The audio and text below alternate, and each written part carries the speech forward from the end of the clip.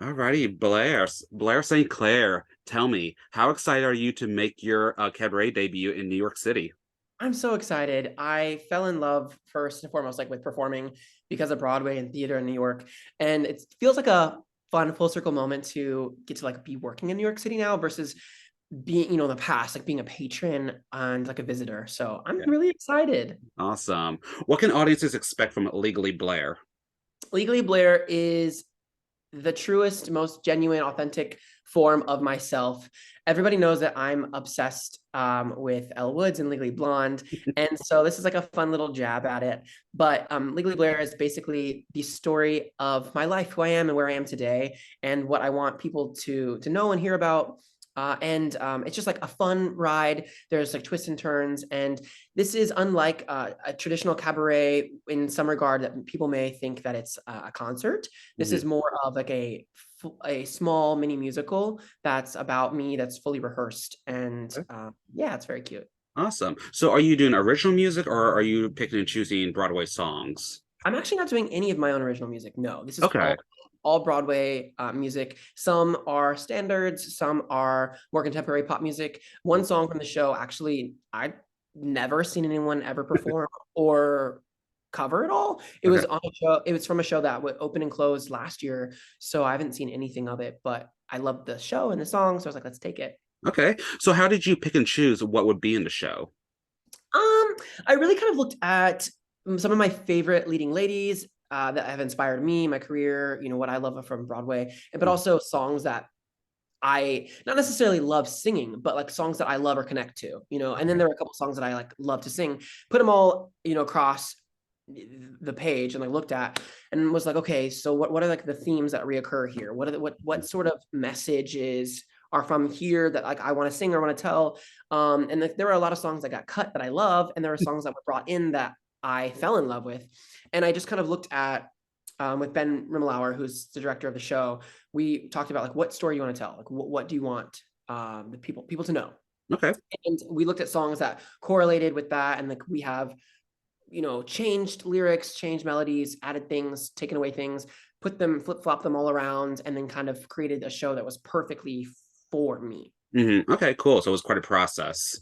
Yeah, the process has it's been quite a long time. I've never workshopped a show before. I've always been like brought into a show and been an actor or, worked on design of a show. And Mhm. I've never like had to learn material, lose material, restructure material, go back and forth, throughout the process. So it's been a creative process. It's been crazy, but it's also been like a huge learning curve too. Good, good. And now there are currently only two dates set for in early February. Would you like Legally Blair to become a long-term project?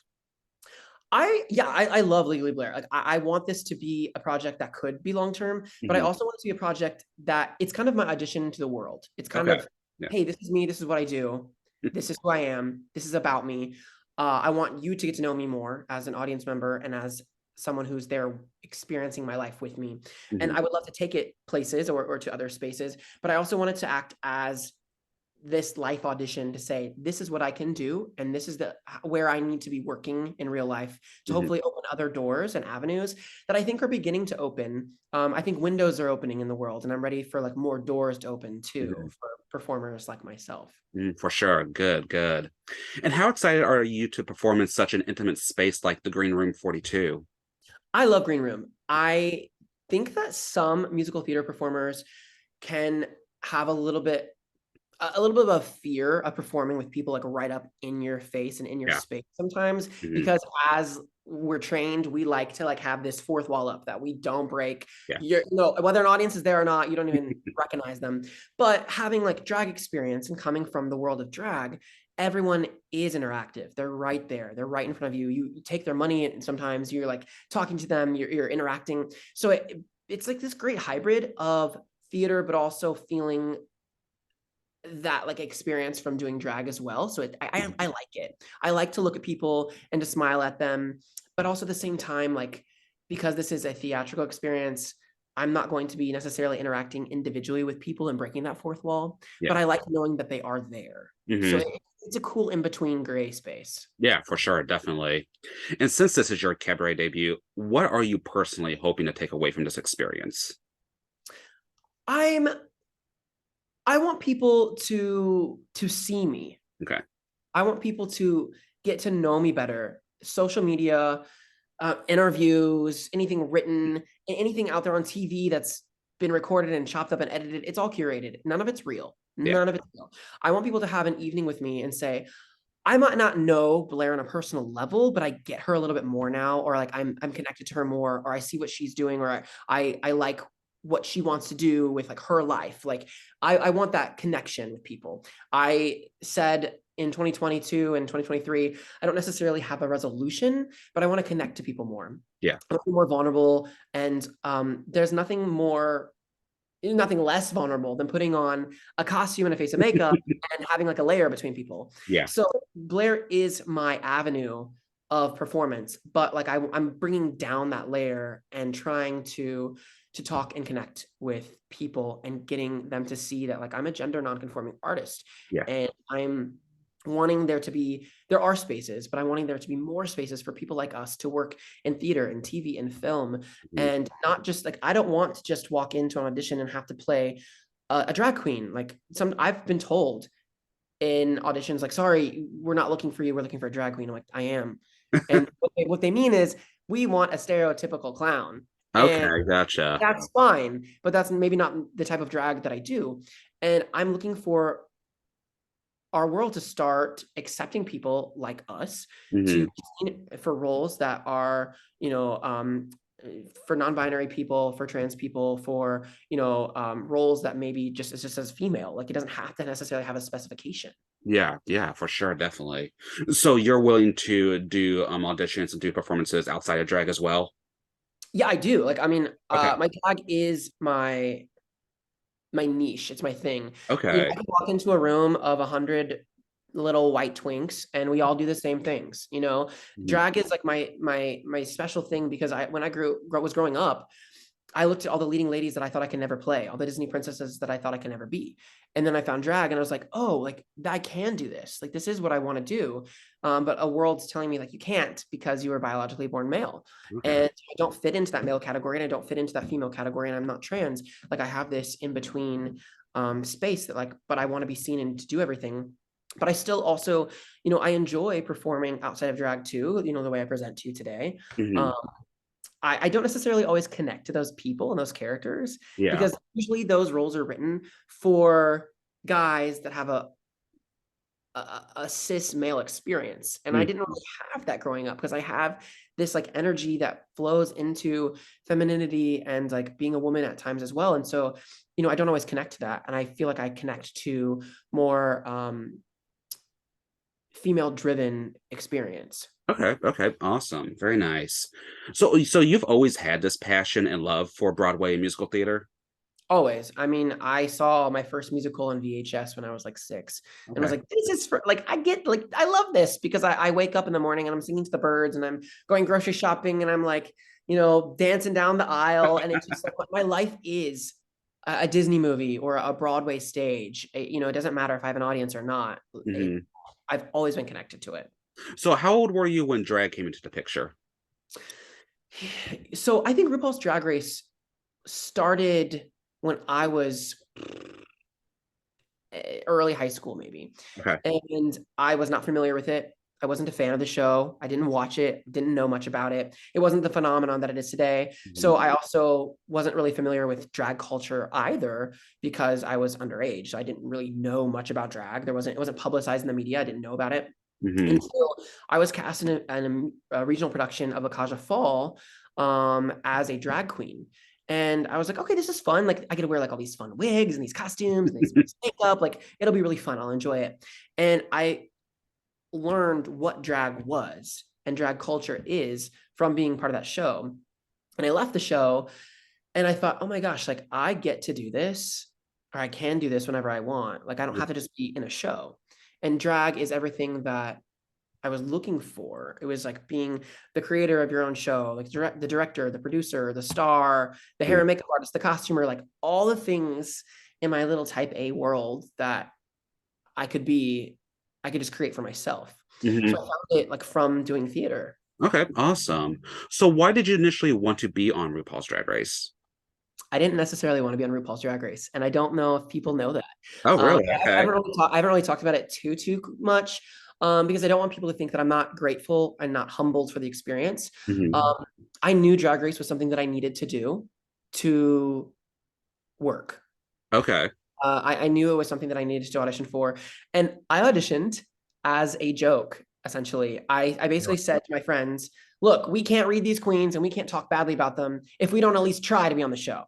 You know, we have to. We can't be a hypocrite." So I Hmm. said, "Let's audition." So I auditioned and I got cast, and I said, "Well, I guess we're doing this." But also, I knew that like I needed that in my life. I needed the exposure, the opportunity, and all the things to come to me to do the things that I wanted to do in my life. Hmm. Is that also why you went back for All Stars 5? Absolutely. I felt I did not go back to All Stars 5 for the right reasons. I'll be completely honest. I went back to All Stars 5 to prove a point, to prove that I had grown, I had taken critique, to prove so much. And that is such the wrong reason. I watched myself in the show and I cringe because the first time I didn't know who the hell I was. The Hmm. second time I was trying so desperately to be somebody other than that first narrative, which still wasn't completely genuine to myself. Yeah. And I think, going through those experiences helped me find a little bit more of who I am today. I'm not going to tell you I know who I am. I'm not gonna be that person, but I'm gonna say that like I am closer to like being on this path of understanding who I am because of those experiences. So you look Okay. back at season 10 of Drag Race where I was on the first time, you look back at All Stars 5, I'm not the same person. I'm continuing to grow and elevate and learn more about myself, but I needed those experiences, I think, to figure that out. Yeah, for sure. So if you were invited back to do another All-Star would you do it? Um, I would do it with the all winners format of where no one gets eliminated Hmm. because I performed poorly at many times because of the stress and anxiety of what if this is my last day? What Yeah. if I didn't have that and I was just there to have fun? I would perform better, have more fun, enjoy myself, Hmm. and I'd get better TV. I'd be in a better place. It would be a better experience. So like I would do it in that way. Okay. But like in terms of just competition, I'm a competitive person, but not a competitive person where I feel like my life's at stake. Yeah. So if that was the case, I have no interest in going back Hmm. to it. For sure. Yeah. So one of the ultimate goals for you right now is to make it on Broadway. Are you currently auditioning for shows? Yeah, like I'm always auditioning for things and projects, and it just depends on. I want to be on Broadway, Hmm. and of course I'll take the opportunity as it comes. But I want to be on Broadway in the right show, the Okay. right thing for me. I don't want to be a sellout and just say like, oh, this is the first opportunity, I'm going to do it. Hmm. I feel like that's the wrong reason. What the reason I want to be on Broadway is because I love imagining a character every single day from the beginning of the show to the end of the show, which is unlike TV and film. You Yeah. film scenes out of order, random days, little rehearsal. You don't get to do the same show every single day. It's pieces. So that's why I love theater. I don't want to just do a show because it's available. Like I want it to be something that I connect with, that matters, that means something to me, or something that I'll have fun in. Because the last thing that I want to do is do a show 8 times a week that doesn't bring me joy or Hmm. fulfillment. Yeah. So I am auditioning for projects and pieces, and I'm really pushing for to be seen as roles, both male and female presenting, that I feel like connect to me. Okay. So I am in the audition rooms. We are working on some things. There have been lots of callbacks. There's been projects that have been close to fruition. There have been projects that I'm like, yeah, like I thought this was for me and got in the room and it just maybe wasn't. So I don't know when I'm going to be on Broadway, but I know one day it will happen. It will happen. Because like I believe it in my heart, like the right thing will come at the right time. Hmm. And that also has to align for my life too. Yeah, for sure. Do you have any Broadway dream roles? Oh, yeah, oh my gosh, yeah, of course. So whether they're on Broadway now or like would I like them to come back to Broadway or not, I would love to be the first gender nonconforming Glinda in Wicked. Granted, that Okay. is like that's a huge, like huge role. So I'm not putting too much stake into that. That would be amazing. But it would be Um, amazing. Yeah. Everyone knows that Elle Woods is my favorite role of all time. Hmm. I'm not saying that I need to be Elle, but like to be in a revival of Legally Blonde, even if I'm in the back, bending and snapping to my best for my best life, I'm happy for that. Yes. Also, I would love to play Roxy Hart on Broadway in Chicago one day, Okay. and I just got to see one of my good friends, Jinx, Mm. opened as So happy for Jinx. on the morning. I'm so happy for her, and she was incredible. I saw her on Monday. It was so wonderful. And and then a role that I've talked about for forever that like I would love to be in one day, and I don't care if it's at a community theater or at like a regional production or a tour, but I want to be Dawn and Waitress because I Okay. think it's just so dumb and kooky and quirky and fun. And people see me on the internet and they think, oh, she's poised and she's pretty and she's like polished. Sure, that might be what you see on the outside. Like Mhm. that's like the aesthetic, but like I am crazy and zany and kooky and weird and silly. And I relate most to those characters that are just real and like Mhm. ridiculous. Yeah, that's awesome. Great. Are you willing to say if there are any shows that you don't like? I don't know that there is a show that I don't like. I mean, Okay. there's shows that I vibe with more than others, of course. Like, Mhm. I'm not necessarily running to be in Les Mis anytime soon. Like I love the show, but it's just not for me I'm actually necessarily. seeing that show tomorrow in St. Louis. Oh my gosh. The tour is coming through the Midwest in like February or March, and friends were just talking about it the other day. And I was like, yeah, I love the show. Like Yeah. I'm not like chomping at the bit to see it. I've seen it quite a few times. So like, I mean, I love the show. It's just, I don't know that that's the show for me, like Yeah. that type of thing. I relate to a lot of things, but yeah, there's nothing that I'd say like I don't want to do or I Okay. don't like. Okay. Perfect. Great. Well, you have a lead role in the upcoming musical remake of Bollywood and Vine, the original B musical. Is that correct?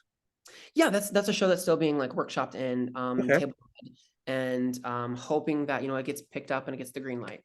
Okay, cool. And that's with John Waters, Jackie Hoffman, and Lee Delaria. Yeah, so that has been in fruition since the beginning of 2020. I know the project has been paused a bit because of the pandemic, different Mhm. rewrites, all sorts of stuff. And so I would still very much love to do it. Okay, awesome. Would you like to venture into TV and movies a little bit more, or is theater where it's at for you? TV and theater. So theater is where my heart's alive. Hmm. Theater, TV and film, I also love as well. Like, I mean, I'm happy to do anything in TV and film. Um, and I just love to create. I Okay. love performing. I love acting. I love singing. I love dancing. I love everything. Again, like if the right opportunity comes, absolutely, of Yeah, course. for sure. How would you say Blair St. Clair is constantly evolving as an artist? Not just a drag artist, but an artist overall. Um, Blair's constantly evolving because when I look back at like just a year, 2 years, 3 years ago, I cringe at like things that I wore, things that I said, performances, things that I sounded like, because we're always we're evolving and growing. And if you look back and I feel like if you don't have like that cringe factor moment, Hmm. then maybe you're not growing, and that's not a bad thing. I'm happy to look back and I'm happy to cringe because I know that Yeah, I'm growing. you learn But from those cringy moments. yes, the cringy, crunchy moments help you sail forward. Yes. Um, yeah, I feel like I'm blossoming into somebody who is more content with who they are Hmm. and doesn't need to please anybody else. And I think a lot of my mistakes happened on Drag Race and touring around the phenomenon of RuPaul's Drag Race because I wanted people to like me and I wanted to fit into this box that I kind of thought that I needed to fit in. And there might be a box for me, there might not be, but I do what I want to do. There's no rules of drag. There's no rules of being an artist. There's no rules of being a performer, of a singer, a dancer, an actor. You just do what makes you happy. And Yeah. I'm learning that more today. So I think I'm a happy performer today. You might have thought that I always was, but there was a time when I didn't love getting into drag and I didn't love performing because I felt like it was performative, that I was Yeah. trying so hard. And now I do it because I love it. And I'm starting to really, really find again the reasons why I became an artist and why I love doing it. And it was my freedom of expression. Awesome. There. Yeah. Good, good. So, what are some other future goals you hope to accomplish with your career and platform? The biggest goal is being happy. Being Yeah, happy? I'm happy today, but I want to continue reaching other people. One of the biggest and most incredible things I've ever received is when people tell me they're like, I relate to you, I get you, like, or thank you for being you, authentically you, because I can see somebody out there doing something that like resembles me. I love hearing that, and I forget about it all the time. And, when I wake up at 4 in the morning, sometimes because I have a press event and I have to get into drag, you don't necessarily remember that humility. And hearing that stuff helps keep me humble and helps remind me how blessed I am to do the things that I get to do, but Mhm. also that it does matter. And sometimes if you feel like it doesn't, I know that if you touch one person, it does. So I want to continue, that direction of doing important work and being an advocate for love and self-love, Mhm. healthy Yeah. and happy. Awesome. Very nice. Well, Blair, how can one stay up to date with you? You can stay up to date with me anywhere on the internet world. You can follow me at Blair St. Clair on Twitter and Instagram. I post occasionally on the Facebook, but I'm not always there. And yeah, I've actually taken a huge hiatus from social media over the past few years Okay. because I've also wanted to be more in tune with who I am, because the artist that I am kind of is a curation, and Mhm. I just want things to be more real. So when I do post today, it's much more genuine, and I want to get to know people on socials. So stop by, say hi, um, and let's interact versus let me just put up a pretty picture for you to like. For sure, definitely. Great. Well, then before we wrap up, are there any other upcoming projects or anything else you would like to mention or plug at this time? I just want to, make sure that people know about my show Legally Blair at the Green Room 42 on both February 2nd and 3rd. And we have a few tickets available. Tickets are very limited, so they have been going very quickly. But I hope to see people there at the show. And if not, then I hope to see you on a live stream, because we're also selling live stream tickets as well. So Nice. if you're not able to be in New York City, there's still a way to watch the show. And hopefully I see you at a city near you soon, or when that big Broadway debut comes, I hope that people come to New York City to come see that as well. Awesome. Very nice. Perfect.